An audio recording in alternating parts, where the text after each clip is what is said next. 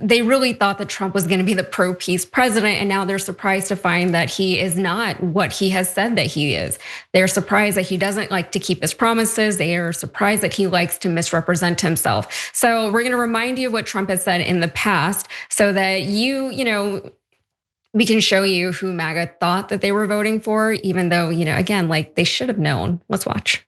I'm proud to be the only president in decades who did not start a new war. Everyone said, oh, he's going to start a new war. I will tell you, you're not going to have a war with me. I'm not going to start a war. I'm going to stop wars. I was the first president in modern times to start no new wars. Our policy of never-ending war, regime change and nation building is being replaced by the clear-eyed pursuit of American interests. Our president will start a war with Iran because he has absolutely no ability to negotiate. He's weak and he's ineffective. So the only way he figures that he's going to get reelected, and as sure as you're sitting there, is to start a war with Iran. Okay, so none of that is surprising to me or to Jayar or to any of you watching that. None of us are surprised that Trump is doing something that he said he was not gonna do, that he lied to his voters just so they would vote for him, even after he told them, I don't need your votes, I don't want them, but vote for me, and who cares who you are. But there is some backlash from some high profile right wingers. And so here is some of that. We have Tucker Carlson, a longtime Trump supporter, said the attack on Iran is absolutely disgusting and evil. He also suggested it will have a significant effect on Trump's political movement, saying this is going to shuffle the deck in a profound way. And that would be good if that is what happened. But what we have been seeing also, while there has been backlash, is we've also seen a lot of people who voted for this no new wars president saying oh, but he knows what he's doing. And I guess we needed to invade Iran, and this is so good. And I'm high on all this testosterone that Pete Hegseth is putting out. Also, we have Benny Johnson. He said, I was promised that this wouldn't turn into a larger regional conflict. It's hard to believe that at this point. And it wouldn't turn into American boots on the ground. It's hard to believe that. It almost feels as though he's taking that personally, because they promised me that this isn't what was gonna happen, and I believed it, and I can't believe this is what's happening. Former Congresswoman Marjorie Taylor Greene, of course, she has some words for Trump. She says, JD Vance and Tulsi Gabbard, you both need to speak out against the war in Iran. People are paying attention, very close attention. Silence won't cut it. You were both on record repeatedly, publicly, and loudly going against going to war with Iran, and that is true. Charlie Kirk was adamantly against war with Iran. That is true. You cannot be silent. Americans are dying. You both know that this is not what you campaigned for. And this is 100% what you said was not gonna happen. And also, let's see, we know that they feel blindsided when they believe in things like this. So here's what the GOP posted on Twitter, says, or X, sorry, vote the pro-peace ticket, vote Trump Vance, and the pro-peace ticket, which was weird at the time, because who is anti-peace? What kind of insane person is I hate peace? And so I'm not gonna vote for that pro-peace ticket. Also, though, we do have Stephen Miller, who had some things to say. He said, to anyone still gullible enough to fall for scummy media hoaxes, Trump said warmongering neocons love sending your kids to die for wars they would never fight themselves. Liz Cheney is Kamala's top advisor. Liz wants to invade the whole Middle East. Kamala equals World War III, Trump equals peace. And that was from November 1st, 2024. So right before Trump was elected for his second term in office.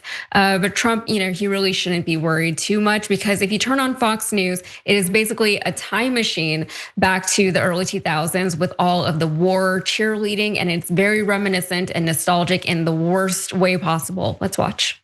This is the greatest day in American foreign policy since the fall of the Berlin Wall. Donald Trump did what nobody else could do for half a century. How do you like that? And you know why he did it? Because he loves his country. I think through the prism of history, Donald Trump in this last 21 hours is going to be judged as having seen the world at its potential worst if this regime, this Nazi fascist regime, ever would have achieved their goal, their ambition of nuclear weapons. Donald Trump is doing is heroic. I think if this is successful, it will be something that could qualify him once again for a Nobel Peace Prize. And I think it's very, very long overdue. Yeah, Jayar, the response to this has been incredible from the right. The way that they do not have any kind of moral standing or any belief system that they're willing to stick with tells me that they don't actually have any moral standing or belief system that they believe in, that they get behind, which means that they're very fickle people, which means you can't trust them. Like that's just what it is, right? If you don't believe in anything, if you don't stand for anything, then you like, what good are you, right? All the things that they said they voted for Trump for, they wanted lower prices, they wanted no new wars, they wanted border security, all these things. He hasn't delivered on any of it, especially not within the time frame that he said he was going to, and yet they are still supporting him. They are still excusing all of his bad behavior. They're still pretending that this reality that he's built for all of us Americans is the reality that they wanted all along. They're still saying, yeah, he knows what he's doing. He's the Messiah or whatever it is that they believe he is. What are your thoughts here, Jayar? Yeah, I feel like there should be a point when we should start understanding whenever people warn about someone like this whole, the administration, everyone that's involved in these types of decisions, from Steve Miller to Donald Trump to JD Vance to Pete Hegseth, all these warnings that went out from Marco Rubio, Pam Bondi, all of them. When the warnings go out about people and we see how much of extreme liars that they are, how little principles they actually have. Again, you point out how these folks previous to this, Tulsi Gabbard and JD Vance pointed out that Donald Trump is the fascist that he is, that he'd be doing something like this, that they're against these types of things, went to so far as calling Donald Trump America's Hitler, all that stuff. When you expose people, the whole point is to then understand who they are and then no longer trust them. But we have this weird hiccup in our brains that don't allow us to then say, oh yeah, Donald Trump has been an adjudicated liar and rapist for all this time, but for some reason we continue to trust him. And we know the folks that are in the positions of power to actually do something about it, they know who he is and they disregard him at first. In 2016 when he was running, that is until he got some kind of political momentum, then they were all of a sudden on their knees kissing his ass, all happy to do this. So the variations of these conservatives that like to say, yo, this is bad for Donald Trump.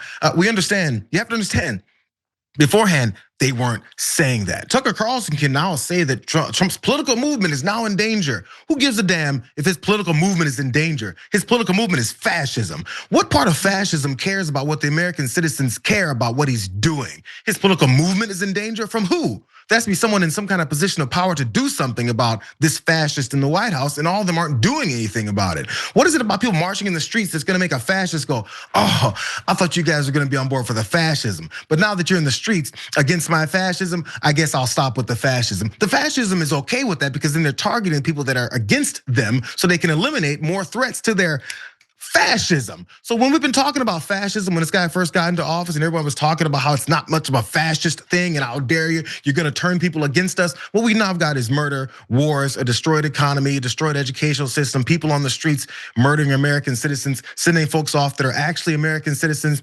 torturing people, opening up more concentration camps with our money. It's weird how all that is happening, and we kept hearing people saying that it was not an issue at the time. So the same people, Tucker Carlson, now talking about political movement, how it's gonna be ending, it's not. Too late, bro. Marjorie Taylor Greene now talking about how, all you guys are now doubling down, and you guys are now, your points were now not seen as what they are now. Aren't you seeing how hyperbolic everything that you're saying isn't really the case? Well, what are you doing about it, Marge? Leaving Congress where you have nowhere to talk about or do anything about this anymore, eliminating any power that you have, just covering your own ass.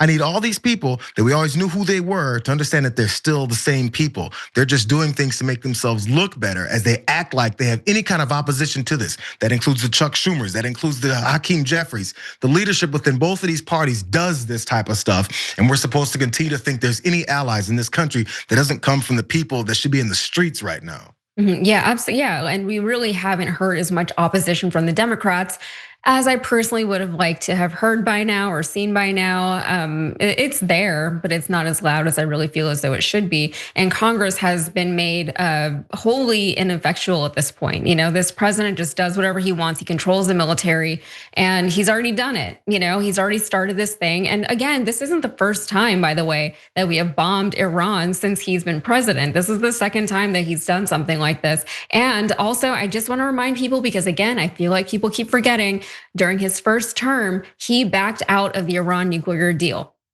Obama put it in place. Bibi Netanyahu has been talking about Iran's nuclear capabilities, whistleblowing about them since the 90s, right? Because he needed Iran as like a threat, right? Because then he could use that as leverage. He's been going on since the 90s about Iran having nuclear capabilities. So by the time Obama got into office, he put the Iran nuclear deal in place. It was his historic deal, a huge piece of international cooperation. And the first thing Donald Trump did when he got to office was get rid of it, replace it with nothing. And then suddenly Iran was a threat again that could be used in leverage, just like this, right? We have weapons of mass destruction that we have not seen or confirmed. We don't know if they are going to be used against us. And even if they were, this whole idea of preemptive attacks, right? This is exactly what Israel wants, not so much the American people, the American government, whoever that even is at this point. It just feels like it's all the Israeli government.